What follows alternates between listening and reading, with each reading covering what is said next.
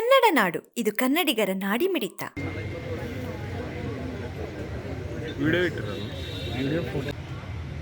ರಾಷ್ಟ್ರ ನಿರ್ಮಾಣ ಅಂತ ಅನ್ನೋದು ಕೇವಲ ರಾಷ್ಟ್ರ ರಕ್ಷಣೆ, ರಾಷ್ಟ್ರ ನಿರ್ಮಾಣ ಅಂತ ಅನ್ನೋದು ಕೇವಲ ಸೋಲ್ಜರ್ಸ್ ಕೆಲಸ ಮಾತ್ರ ಅಷ್ಟೇ ಅಲ್ಲ, ಸಾಮಾನ್ಯ ಪ್ರಜೆಗಳದ್ದು ಕೂಡ ಅಷ್ಟೇ.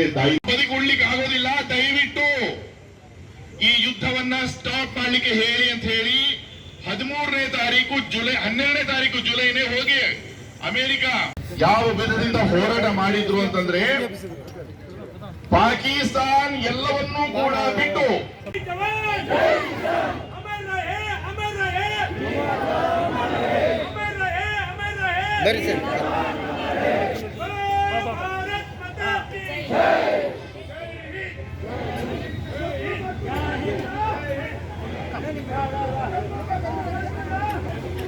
Come in line. Come in line.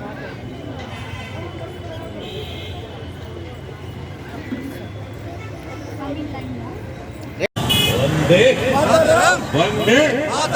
वंदे वंदे वंदे वंदे वंदे वंदे वंदे जय जवान जय जवान जय जवान जय जवान.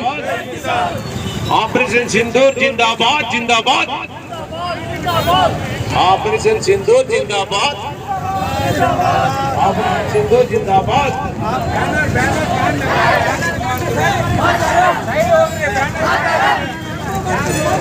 भारत माता सिंदूर काश्मीर भारत माता सिंदूर जम्मू ಮತ್ತು ಕಾಶ್ಮೀರ ಭಾರತ ಮಾತಾ ಸಿಂಧೂರ.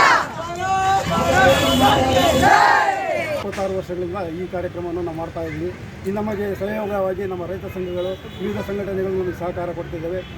ಜುಲೈ 26 ಯಾಕೆ ಕಾರ್ಗಿಲ್ ವಿಜಯೋತ್ಸವ ಮಾಡ್ತೀವಿ ಅಂದರೆ, ನಮಗೆ ಭಾರತ ಮತ್ತು ಪಾಕಿಸ್ತಾನವು ನಮ್ಮ ಭಾರತದ 2 ಕಿಲೋಮೀಟರ್ ಜಾಗದಲ್ಲಿರುವಂತಹ ಒಂದು ಜಾಗವನ್ನು ಆಕ್ರಮಿಸಿಕೊಂಡಿತ್ತು. ಆ ಜಾಗವನ್ನು ಪಡೆದುಕೊಳ್ಳಲು ಜುಲೈ 26ರಂದು ಅವರ ಮೇಲೆ ಯುದ್ಧ ಮಾಡಿ ಆ ಜಾಗವನ್ನು ಪಡ್ಕೊಂಡಿರ್ತೀವಿ. ಆ ಯುದ್ಧದ ಆ ದಿನಾಂಕದ ನೆಪವಾಗಿ ನಾವು ಇವತ್ತು ಕಾರ್ಗಿಲ್ ವಿಜಯ ದಿವಸ ಅಂತ ಮಾಡ್ತೀವಿ ಸರ್. ಅದು ಸುಮಾರು 16,500 ಅಡಿಗಳ ಉದ್ದದ ಮೇಲ್ಗಡೆ ಇರುವಂಥ ಟಾಪಲ್ಲಿರುವಂಥ ಜಾಗ ಸರ್. ಅದು ಕೇವಲ 5,000 ಮೀಟ್ರ್ ಇತ್ತು ಸರ್. 16,500 ಅಡಿ 5,000 ಮೀಟ್ರ್ ಇತ್ತು. ಆ ಜಾಗವನ್ನು ಅವರು 2 ಕಿಲೋಮೀಟರ್ ದೂರದಲ್ಲಿರುವಂಥ ಒಂದು ಜಾಗ ಸರ್. 2 ಕಿಲೋಮೀಟರ್ ಇರುವಂಥ ಜಾಗವನ್ನು ಅವರು ಆಕ್ರಮಿಸಿಕೊಂಡಿದ್ರು, ನಮ್ಮ ಭಾರತದ ಜಾಗವನ್ನು. ಹಾಗೆಯೇ ಇವರು 8 ಕಿಲೋಮೀಟರ್ ಜಾಗವನ್ನು ಸಹ LOC ಜಾಗದಲ್ಲಿರುವಂಥ 8 ಕಿಲೋಮೀಟರ್ ಸಹ ಅವರು ಆಕ್ರಮಿಸಿಕೊಂಡಿದ್ರು.